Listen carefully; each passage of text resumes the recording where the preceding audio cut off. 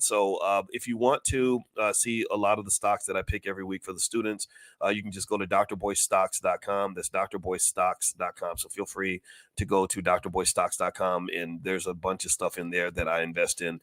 And again, this is not investing advice. This is just me telling you what I'm doing. And give me a yes if you understand this is not invested advice. I have to make sure, and also give me a yes if you understand that investing involves risk, and there's no such thing as a risk-free investment, at least not in the stock market anyway. So there is a risk-free investment actually, but even the risk-free stuff isn't as risk-free as people think. For example, there's an assumption that Treasury bills sold by the U.S. government are risk-free. That there's an assumption that the U.S. government will always be able to pay its bills. Even in graduate school, when they used to tell us that, because we build a lot of financial models off that. Most of the financial equations that we use to understand money and how it works and where money goes and all that, it's built on this assumption that the U.S. Treasury bill is a risk-free asset. I don't believe it's risk-free. Anything connected to these just goofy, dumb politicians in D.C. that make dumb decisions that put the country $35 trillion in debt, that they want to send $100 billion over to Ukraine and Israel, even though most American people don't ask for that, because politics is controlled by money, right? It's all about the money. If you understand the money, you understand politics. That's why I like talking to you guys about money every day, because money affects your lives in ways that you can't even see. So anyway, long story short, I don't believe that assumption. I don't believe that our government's risk free. I don't think that these inferior minds that are running our government are capable of running an entity that's risk-free. If you look all around the country, for example, look at all the cities that are going bankrupt. Look at all the cities that literally, I think the mayor it was Houston, where he literally gave a speech and he's like, "We are technically broke." I'm like, how the hell are you broke? You're bringing in billions of dollars in revenue. How are you broke? What's going on? Well, it's your political dysfunction. You're a dysfunctional family. And this is why I talk to you guys, when we do financial consciousness training, I talk to you guys about things like family and the community that you're working in and the group that you're a part of. Because when you have a dysfunctional family and you have chaos and fighting and miscommunication and everything else, it's going to be hard for you to really build on that. So politicians are kind of like a dysfunctional family to me. The Democrats hate the Republicans. Republicans hate the Democrats. They can't they can't agree on anything.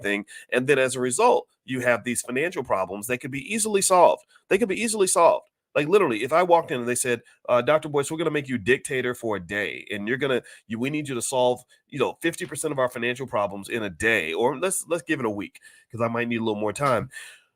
I could solve those problems. Just do what the hell I say. Just, okay, cut this, stop spending so much on this, fix that, change your campaign finance laws, stop letting your politicians get bought by money. Did y'all know? See, when all that money, that $100 billion got sent over to Israel and Ukraine, I saw something that was interesting where they basically said that AIPAC, which is kind of like the Jewish version of the NAACP, they literally have bought like 93 out of 100 senators. Like 93 out of 100 senators have accepted money from this organization. There was a black lady in Ohio, a black senator, congresswoman or something. And they said that there was another lady I think she was a black woman too, that was in her seat.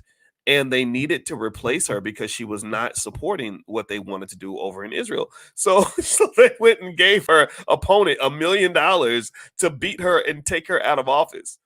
Did y'all hear what I just said? Like, it's kind of crazy, right? So this is what you're dealing with, right? So anyway, enough of that little rant. So just, if you want to understand the world, just follow the money. And remember, though, also, if you can find ways to unity and working together, that will usually lead you to the money. So find the people that are in your corner, unify with them, find a way to overcome obstacles, break down barriers, and become teammates. And I guarantee you get the right teammates, good things are going to happen.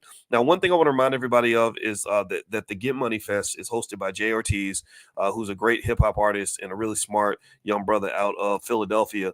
And anyway, Jay invited me to be one of the many, many, many financial speakers at his event called the Get Money Fest, which is going to be May 18th. I think his tickets are actually free, but they're VIP tickets, where I guess it's standing room only if you get the free ticket.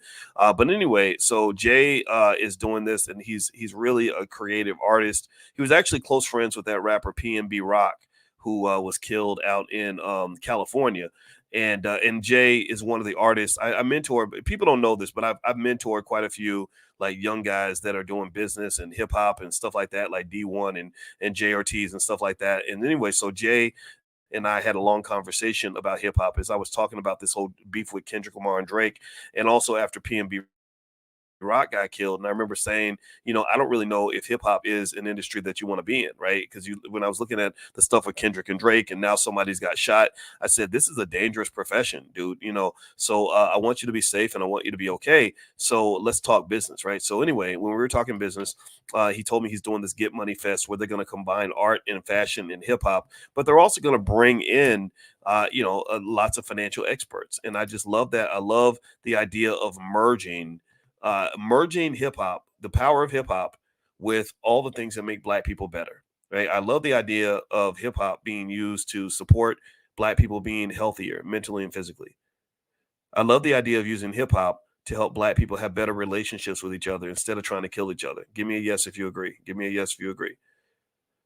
I love the idea of hip hop being used to help Black people get money instead of waste money.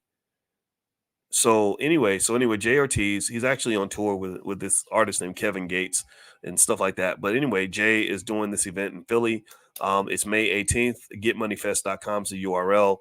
And also, I'll just share the link with you guys at some point if you guys want to join. Just let them know you're with Dr. Boyce, and we can go do the damn thing. So anyway, and we got to support young people that are trying to do the right thing. So anyway, that's what's going on in my life right now. It's going to be May 18th in Philadelphia. I love Philadelphia. Really good people out there, and it's a great city with a lot of potential. Okay, so anyway, I'm going to head on out, guys. I just wanted to come in and just say hello to you. We are going to do financial consciousness training later on today at 10 a.m. Eastern. We do this every single day, and it's totally free. Bring your family, and I guarantee you it's going to elevate your economic life and elevate the way you see money. So if you'd like to join us, make sure you get on the text list. Text the word morning to 87948. I will send you a personal invitation. Just text morning to 87948. And I hope you guys have a wonderful day. God bless you, and I'll see you guys soon. Take care. Bye-bye.